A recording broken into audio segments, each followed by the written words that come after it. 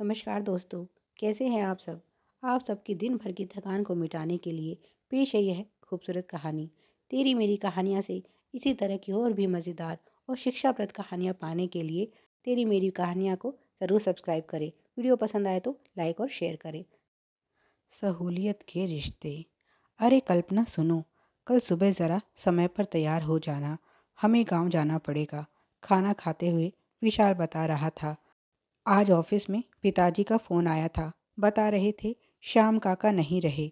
यह सुनकर कल्पना गुस्से में बोली, पिताजी को कुछ काम नहीं है क्या?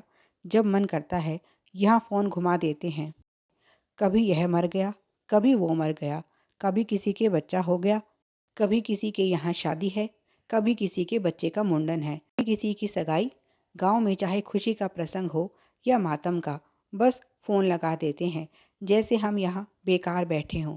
अब गांव में तो वह रहते हैं, तो यह सब झंझट खुद ही देखें, हमें क्यों परेशान करते हैं।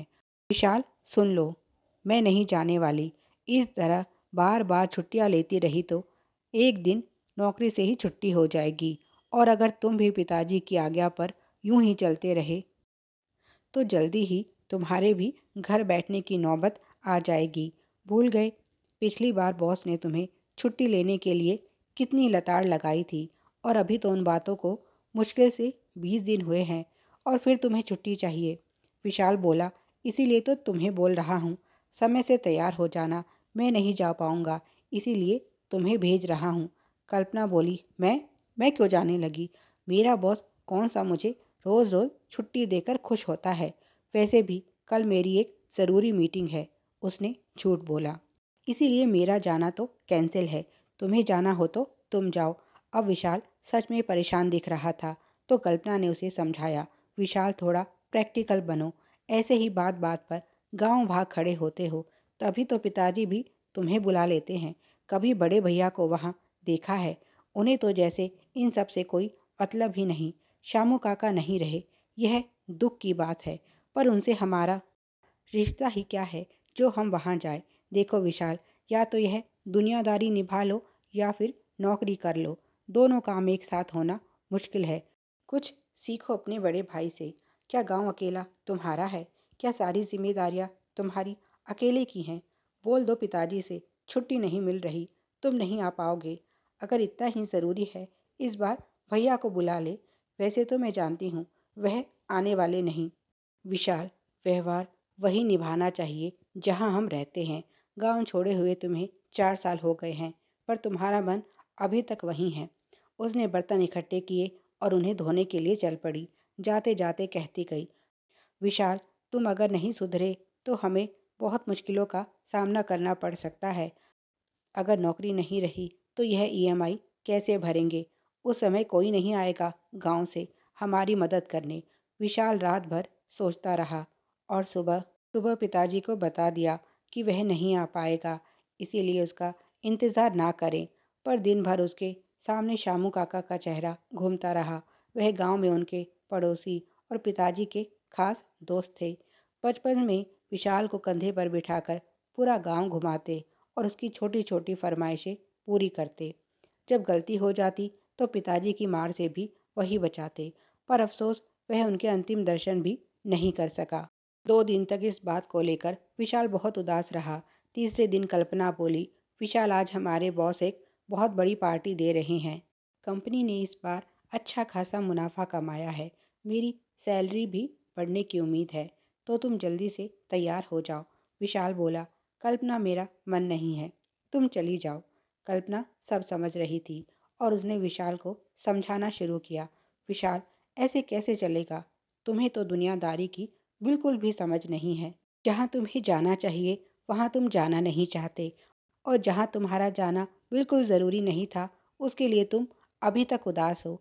अगर जीवन में तरक्की पानी है तो दिल से नहीं, दिमाग से काम लिया करो। आज की पार्टी में जाना बहुत ज़रूरी है। बॉस के साथ साथ वहाँ और भी कई महत्वपूर्ण व्यक्ति होंगे जिनसे तुम्हारा मिलना ज़रूरी है। इसी तरह की पार्टियों में ही तो लोग एक दूसरे से कांटेक्ट बनाते हैं। आज के समय में कांटेक्ट होना कितना ज़रूरी है यह तुम अच्छे से समझते हो। देखो, सारी मेहनत तुम करते हो, पर अपने कांटेक्ट का फ़ायदा उठाकर नवीन तुमसे प्रमोशन हथिया ले गया। अभी कुछ ही दिनों पहले विशाल के कलीग नवीन का प्रमोशन हुआ है। वैसे तो इस बार प्रमोशन विशाल को मिलना था, पर ऐन वक्त पर नवीन बाजी मार ले गया, जबकि विशाल सीधा साधा, मेहनती और ऑफिस पॉलिटिक्स से दूर रहने वाला व्यक्ति है। पर यही उसके व्यक्तित्व की कमी भी है। ना तो वह किसी की चापलूसी कर सकता है, ना ही बुराई। इसीलिए उसके बाद आए हुए बहुत से उसके साथी तरक्की कर गए हैं, पर वह आज भी उसी पोस्ट पर है जिस पर उसने ज्वाइनिंग ली थी। कल्पना को विशाल के सीधेपन पर कभी कभी बहुत गुस्सा आता है, पर इस बार जब विशाल की जगह नवीन को प्रमोशन दिया गया तो वह बहुत आहत हुआ।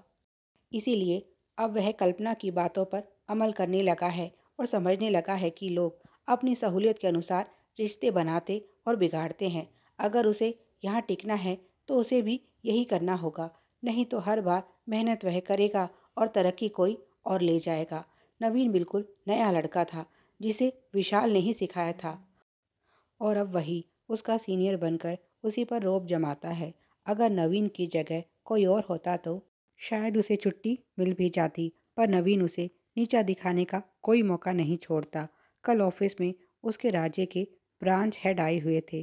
वह विशाल से पहले से परिचित थे और उन्हें यह जानकर बहुत दुख हुआ कि इस बार भी विशाल को प्रमोशन नहीं मिला। उन्होंने खेद प्रकट करते हुए कहा था, विशाल तुम मेहनती तो बहुत हो और काम भी अच्छा करते हो, पर तुम्हें उसका क्रेडिट लेना नहीं आता। तब नवीन ने उस पर तंज कसते हुए कहा था, छोड़िए सर, इनका कुछ नहीं हो सकता। जिनके साथ इन्होंने शुरुआत की थी आज वह कहाँ से कहाँ पहुँच गए। पर यह एक नालायक बच्चे की तरह आज भी उसी कक्षा में है जिसमें दाखिला लिया था। पता नहीं इन्हें अपना सबक याद नहीं होता या अपनी कक्षा से ही ज़्यादा प्यार है जो इसे छोड़ना नहीं चाहते। ऐसा कहकर वह खुद ही उसका उपहास उड़ाते हुए हंसने लगा। और बेचारा विशाल खून का घूंट पीकर रह गया। जो कल तक उसके आगे पीछे सर सर कहते घूमता था, आज वही बात बात पर उसका अपमान करने से नहीं चूकता। कल्पना सही कहती है, मुझे खुद को बदलना होगा। मुझसे 2 साल बाद नौकरी शुरू करने के बाद भी कल्पना प्रमोशन पा चुकी है और शायद जल्दी ही उसे एक और प्रमोशन मिल जाए। और कितने शर्म की बात है, मैं आज भी वही हूँ जहाँ 4 साल पहले था। उसे ऑफिस की घटना याद आ गई और वह उठ बैठा। जो नहीं हुआ था वह अब हो रहा था। विशाल खुद को बदलने के लिए तैयार था, इसीलिए पत्नी की बात सुनकर वह मायूसी छोड़कर पार्टी के लिए तैयार होने लगा। कल्पना भी मुस्कुराई और मन ही मन बोली, विशाल मैं हर परिस्थिति में तुम्हारे साथ हूँ। मैं नहीं चाहती कि दुनिया तुम्हारे सीधेपन का फ़ायदा उठाए, इसीलिए तुम्हें बदलना होगा। झूठ बोलने के लिए तुमसे माफ़ी चाहती हूँ, पर तुम्हारी भलाई के लिए यह ज़रूरी था। श्याम काका के लिए मुझे भी दुख है, पर कहीं से तो शुरुआत करनी ही थी। और दोनों पति पत्नी गाड़ी में बैठकर पार्टी के लिए निकल जाते हैं। कहानी कैसी लगी कमेंट करके ज़रूर बताएं। वीडियो पसंद आया तो लाइक और शेयर करें। Please like share and subscribe. Thanks for watching.